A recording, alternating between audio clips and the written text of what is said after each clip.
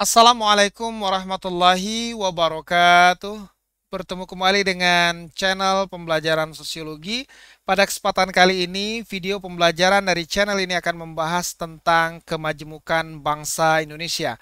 Ini merupakan materi sosiologi untuk siswa kelas 11. Nah, Anda sekalian, sebelum menyaksikan tayangan video pembelajaran ini, semoga semua Anda sekalian berada dalam keadaan sehat walafiat, serta senantiasa tetap bersemangat untuk belajar. Nah, Anda sekalian, ada dua tema pokok yang akan kita bahas pada kesempatan kali ini. Yang pertama, kemajemukan bangsa Indonesia, kemudian latar belakang kemajemukan bangsa Indonesia. Baiklah, kita akan mulai dengan kemajemukan bangsa Indonesia.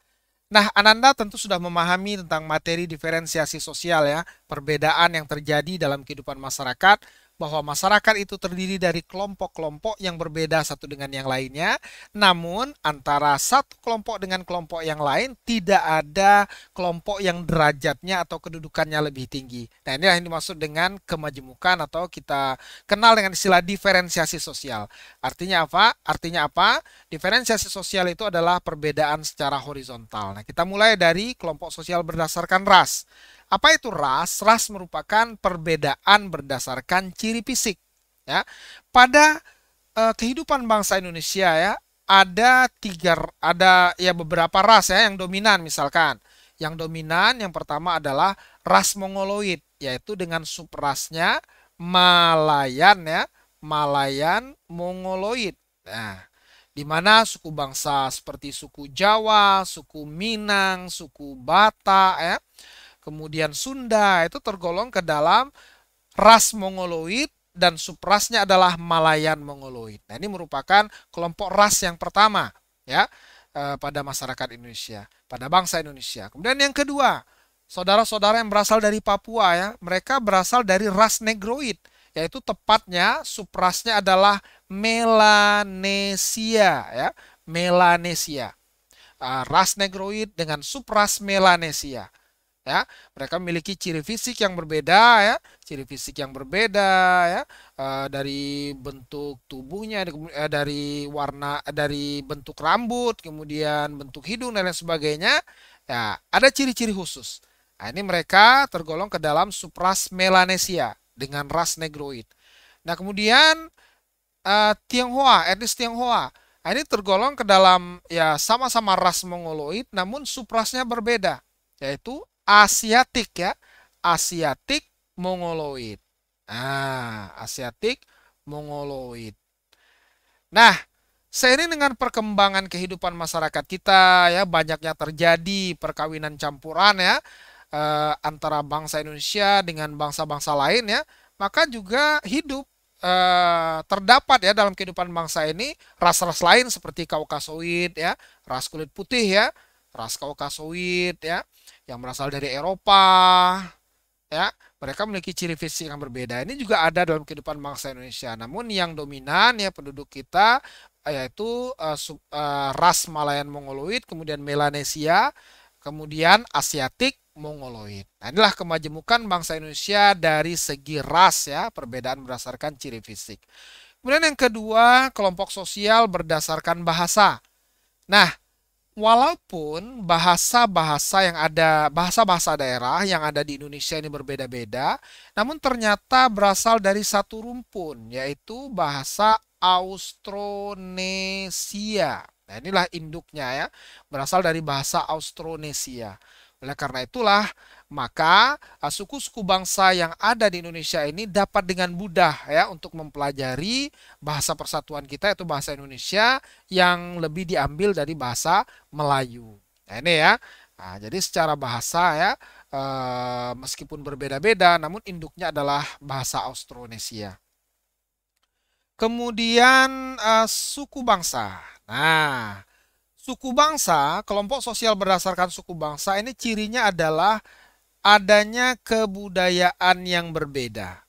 Apa unsur kebudayaan? Misalkan dari religinya, sistem religinya, kepercayaannya, pengetahuannya, adat istiadatnya, keseniannya, ya, keseniannya, kemudian juga seni ini sangat luas ya, seni musiknya, ya, ada seni tarinya ya, kemudian makanan daerahnya ya, rumah adatnya, pakaian adatnya, ini merupakan unsur-unsur dari suatu kebudayaan.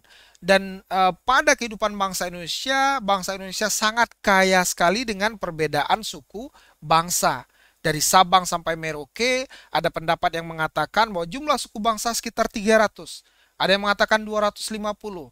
Ini artinya apa? Bangsa Indonesia secara suku bangsa sangat majemuk. Karena terdapat banyak sekali suku bangsa yang berbeda-beda di tiap daerah. Nah, inilah yang menunjukkan kemajemukan bangsa Indonesia dari aspek atau berdasarkan suku bangsa. Nah, yang terakhir, bangsa Indonesia ini majemuk dalam agama, di mana ada 5 ya, ada 5 agama yang di apa namanya menjadi mayoritas ya.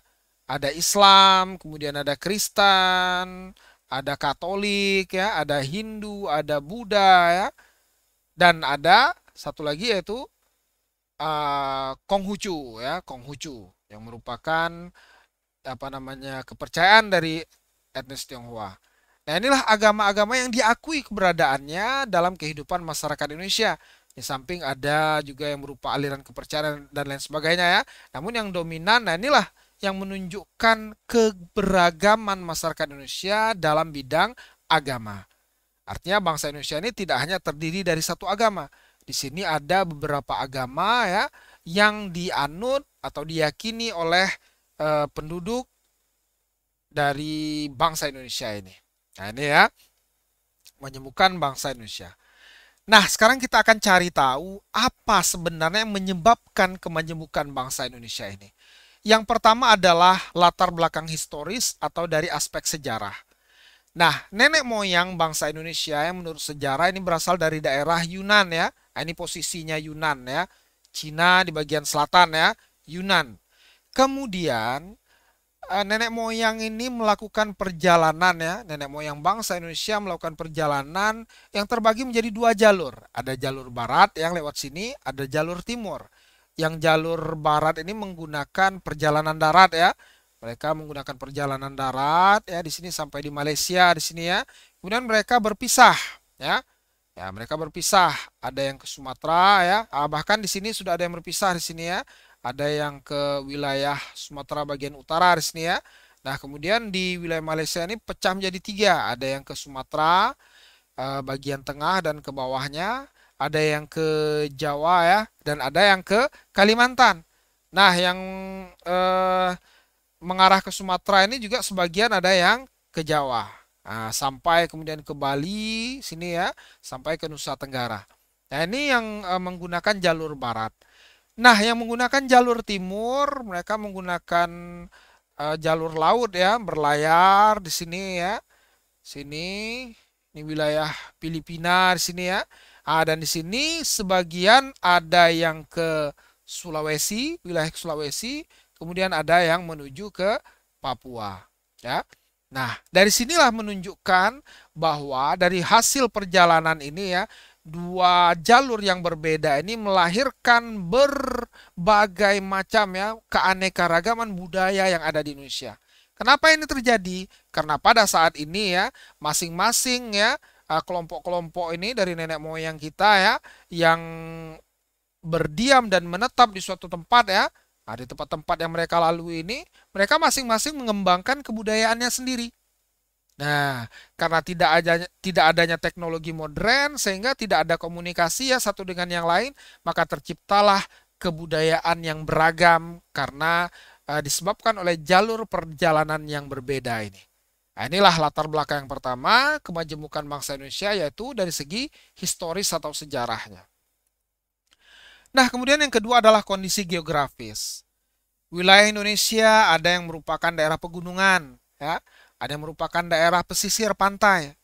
Nah, masyarakat yang berada di pegunungan ini mereka akan mengembangkan kebudayaannya sendiri, terutama sekali dalam bidang mata pencaharian. Mereka lebih mengembangkan aspek pertanian, ya, perkebunan. Sementara mereka yang berada di pesisir pantai, mereka akan beradaptasi dengan lingkungan, ya. Mereka berprofesi sebagai nelayan ya, mereka aktif mencari nafkah mereka dengan memanfaatkan sumber daya laut, sumber daya pesisir yang mereka tempati. Nah, ini adalah latar belakang kemajemukan yang kedua.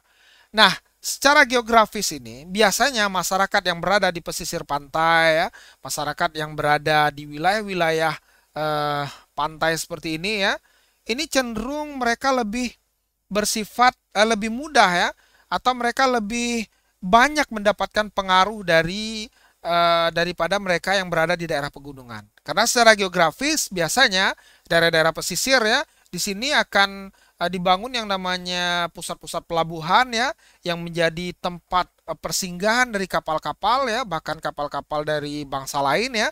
Dan ini akan cepat untuk mempengaruhi kehidupan masyarakat tersebut.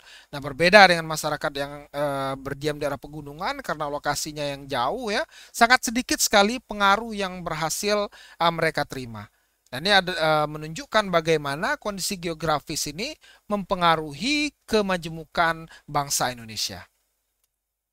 Nah, yang terakhir adalah keterbukaan terhadap budaya luar. Bangsa Indonesia adalah bangsa yang sangat terbuka. Buktinya apa? Bangsa Indonesia mau, ya, menerima unsur-unsur dari bangsa lain. Salah satu contohnya adalah agama, di mana agama Kristen, ya, agama Kristen, Protestan, kemudian Katolik ini merupakan agama yang dibawa oleh, ya, bangsa-bangsa Eropa. Ketika mereka sampai di Indonesia, sampai di Nusantara, maka mereka menyebarkan agama ini.